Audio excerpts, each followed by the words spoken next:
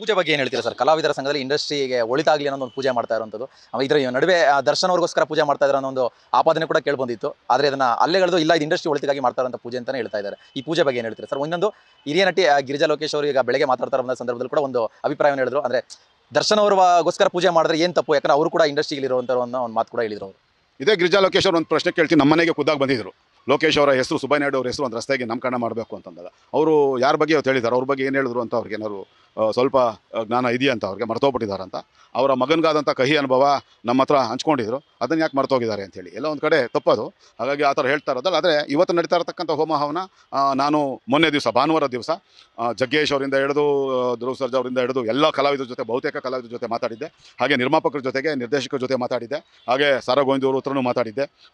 ಬಹಳಷ್ಟು ಜನರ ಜೊತೆ ಮಾತಾಡಿದ್ದೆ. ಮತ್ತು KCN ಕುಮಾರ್ ಅವರು ಮತ್ತು ಬಾಮ ಹರೀಶ್ ಅವ್ರ ಜೊತೆ ಇಂಥವ್ರ ಜೊತೆಗೆಲ್ಲ ಮಾತಾಡಿದ್ದೆ. ಆದರೆ ಅವ್ರಿಗೂ ಕೂಡ ಈ ಕಾರ್ಯಕ್ರಮದ ಬಗ್ಗೆ ಅಲ್ಲಿ ತನಕ ಅವರಿಗೆ ಆಹ್ವಾನ ಇರಲಿಲ್ಲ. ಆದರೆ ನಾನು ಖುದ್ದಾಗಿ ರಾಕ್ಲೈನ್ ವೆಂಕಟೇಶ್ ಅವರು ನನ್ನ ಜೊತೆ ಮಾತಾಡಿದ್ರು. ಶಶಿಕಲಾ ಅಂತ ಏನು ಕಲಾವಿದರಿದ್ದಾರೆ, ಕಲಾವಿದರ ಸಂಘ ನೋಡ್ಕೊಳ್ತಾರೆ, ಅವ್ರ ಮೊಬೈಲಿಂದ ನನ್ನ ಜೊತೆಗೆ ಮಾತನಾಡಿದ್ರು. ಒಂದು 25 ನಿಮಿಷ ಮಾತಾಡೋರು. ಅವರು ಪಾಪ ಅವರ ಮನೆ ದೇವ್ರ ಮೇಲೆ ಪ್ರಮಾಣ ಮಾಡಿ ಹೇಳಿದ್ರು, ಇಲ್ಲ ಸರ್ ಯಾವುದೇ ಕಾರಣಕ್ಕೂ ಇಲ್ಲ, ಆ ಥರ ಇದ್ರೆ ನಾವು ನಮ್ಮನೇಲಿ ಮಾಡ್ಕೊಳ್ತೀವಿ. ಇದು ಚಲನಚಿತ್ರ, ಕನ್ನಡ ಚಲನಚಿತ್ರ ತುಂಬ ಸಂಕಷ್ಟದಲ್ಲಿದೆ. ಡಬ್ಬಿಂಗ್ ಚಿತ್ರಗಳ ಹಾವಳಿಯಿಂದಾಗಿ 90% ಚಿತ್ರಮಂದಿರಗಳು ಆ ಚಿತ್ರಗಳ ಪಾಲಾಗ್ತಾ ಇದೆ.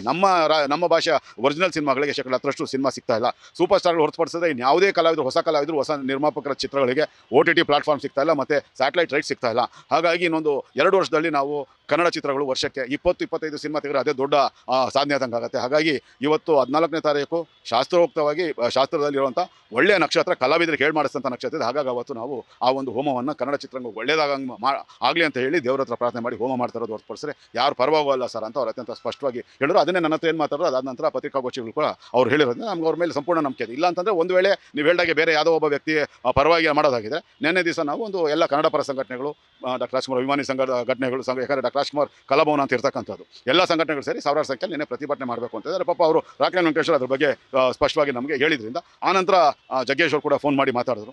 ಇಲ್ಲ ಅದು ಇಂಥ ಕಾರಣಕ್ಕೆ ಆಗ್ತಾ ಇರುವಂಥದ್ದು ಅಂತೇಳಿ ಅವರು ಕೂಡ ಮಾತಾಡಿದ್ರು. ಒಂದಷ್ಟು ಪ್ರೊಡ್ಯೂಸರ್ಸ್ ಮಾತಾಡಿದ್ರು, ಸುಂದರರಾಜ್ ಅವರು ಮಾತಾಡಿದ್ರು. ಹಾಗಾಗಿ ಅದು ನಡೀತಾ ಇದೆ ಅಂತ ಹೇಳಿ ಚಿತ್ರರಂಗಕ್ಕೆ ಒಳಿತಕ್ಕೋಸ್ಕರ ಮಾಡೋದ್ರಲ್ಲಿ ಯಾವುದೂ ತಪ್ಪಿಲ್ಲ, ನಮಗೂ ಅದರಲ್ಲಿ ಯಾವುದೇ ಅಭ್ಯಂತರ ಇಲ್ಲ ಅಂತ ಹಾಗಾಗಿ ಅತ್ಯಂತ ಸ್ಪಷ್ಟ ನಾನು ಹೇಳಕ್ಕೆ ಇಷ್ಟಪಡ್ತೀನಿ.